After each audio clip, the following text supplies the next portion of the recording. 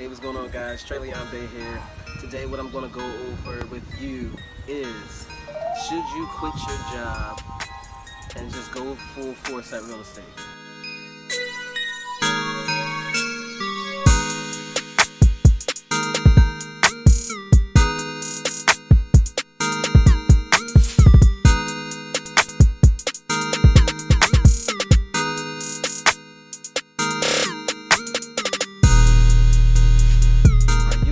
To be able to do that and quit your job, and is that the best thing for you to do in order for you to actually make it in real estate? So we're going to talk about that today. Now, what I want to say right off the bat is I don't know your personal story, right? I'm always available for folks to be able to reach out to me either through email, phone call, video call, on the platform that you're watching it right now. I'm always available for you to do that. So I'll be happy to go through your personal situation and figure out whether or not that'll be the best move for you. If you know your personal situation already and you already got everything lined up, you know whether or not you can afford to put everything on the line and just go at it. And you know whether or not you're the type of person that works best under that type of pressure. So I can just speak for myself personally.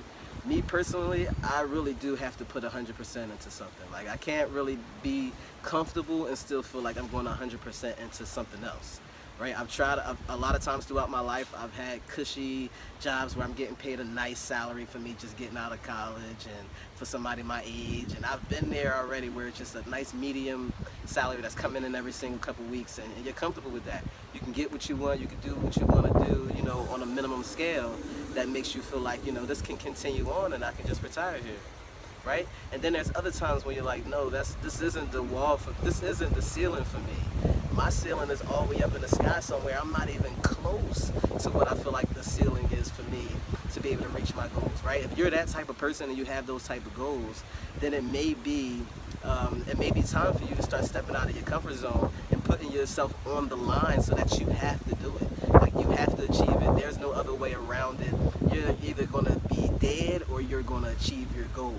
Now, when you can put yourself on the line like that and you work well under that type of pressure and you have the stability to be able to do it. And when I say stability, that doesn't mean that, I'm stable financially already. Like, most of the time when it comes down to putting yourself on the line, you're not stable financially. And you won't be as an entrepreneur. But when I'm talking about stable, I'm talking about stable mentally and yourself, where you're not going to retreat back.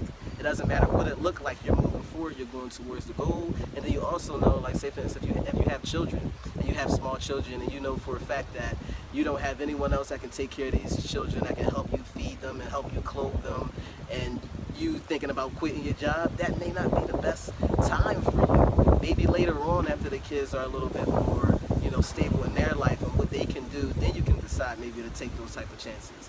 Or maybe you have a significant other or someone in your family that's helping you out financially to be able to take care of the kids, make sure they can be eaten, fed, clothed. If you have a situation like that, then you may be able to put it all on the line, go after your dreams, go after your goals, so that you're doing it for your children at the end of the day, if you have those means. So you really have to assess your own personal situation.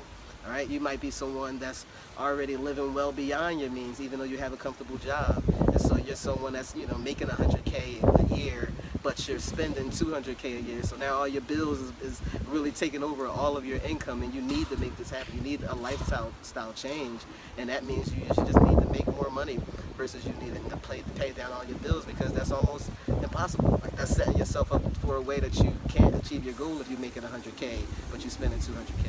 All right, and if you're already in that lifestyle, you can cut down on the stuff, and you can start, cutting down on your lifestyle and saving and, living on a more easier to manage budget where it's not overcoming your income. Yeah, that's one way to do it, and that's a way that you should work in conjunction with making more money and finding ways to be able to make more money and not just have a ceiling of 100K. Find other opportunities that you can put your 100% into, at least the time that you have available to be able to go out there and do it. So that's why I said it depends on your personal situation.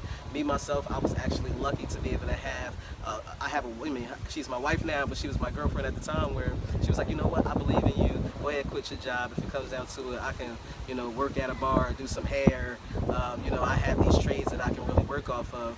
And then, she was working for Amazon at the time, and 2 months after she told me that I could quit my job, she went around and asked me if she could quit her job, because she was making about $10 an hour at Amazon. And it was funny because I was like, well, you told me I can quit my job. I can't even see myself telling you that you can't quit yours. If you just told me you believed in me that I could make it in what I'm doing. So at that point, I was like, but it doesn't matter. Quit your job too. What do you want to do? And she was like, I want to be able to have my own salon. And she made that decision, quit her job. She got her own salon. I started being successful in real estate. And so that was two things that really propelled us to be able to start having, what we call success and how we create in our mind what our life should be like. And we're on our way there. We're not stopping. There's no ceiling for us. Like we're always going hard, hungry, and focused on what our ultimate goal at the end is, right? But we're on our way to be able to see, like, we crafted this. I don't care if it was 2 years ago, 3 years ago, 5 years ago, we thought about this lifestyle, we achieved it, we're here, and now we're recreating and we're creating something else to go towards what our ultimate goal is, right? And so it doesn't matter how long it takes you to be able to get to those goals. You want to start crafting them right now, and if that requires you have to get all the way out of your comfort zone, put it all on the line, no plan B, quit any other thing that might have been able to get you there so that you can't retreat back. You just got to keep moving forward, blasting through the obstacles, knowing that these are just obstacles standing in your way and they're not really going to stop you from getting there. When you can get to that point, that's when you're really going to say, okay, you know what, I'm at a place now where I can put it on the line because I feel it deep enough in my heart and my desire that I'm going to make it happen. No ifs, ands, or buts about it. No doubts that I'm going to get there. That's when you can bet it on yourself. And you can put it all on the line at that point, but you have to get yourself mentally there first. You have to get yourself emotionally to that place first before you decide to go ahead and put it all on the line when, you wasn't already there yet. You didn't have your back against the wall, enough for you to feel like, what, I'm really going to make this happen. Otherwise, if you're tiptoeing in there, you're like, I'm going to try to make it happen. I'm going to put one foot in and see if it's cold. If not, I'm just going to, go back to what I was doing. If you still have that type of mentality when it comes down to whatever goal that you have that you want to achieve, then you shouldn't put it all on the line. You're not ready yet. You're going to sink when it comes down to the stuff, the water getting right here, almost drowning you. You're going to panic and sink, and you're going to try to make it back to the other side. So wait until you have that burning desire where it doesn't matter what it takes. I'm going to find this energy inside of myself to be able to push through that shit, get to the end of the pool, and not retreat and go back because I felt like I was about to drown. And really, that's all in our head. We don't know what's about to happen. We all of a sudden just sabotage ourselves on what we think is going to happen and then make that come true over and over instead of you really just not even thinking about it and just doing it and just carrying the whole world on your shoulders, on your back, and just moving through, knowing that it's nothing that's getting in the way of this massive energy that's coming towards this person or this thing or this situation as far as me getting to the other end of the goal. I don't care what it looks like, how it has to happen in between, that doesn't matter. It's really about getting to that goal. So that's what I want to tell you as far as like whether or not you should quit your job and go full-fledged into real estate, or whether or not you should keep your job and still go full-fledged into real estate. It's possible both ways. I've seen it happen both ways. I've been doing real estate with lots of people that have had jobs and still make it successful in real estate. You just got to be willing to put 100% into both.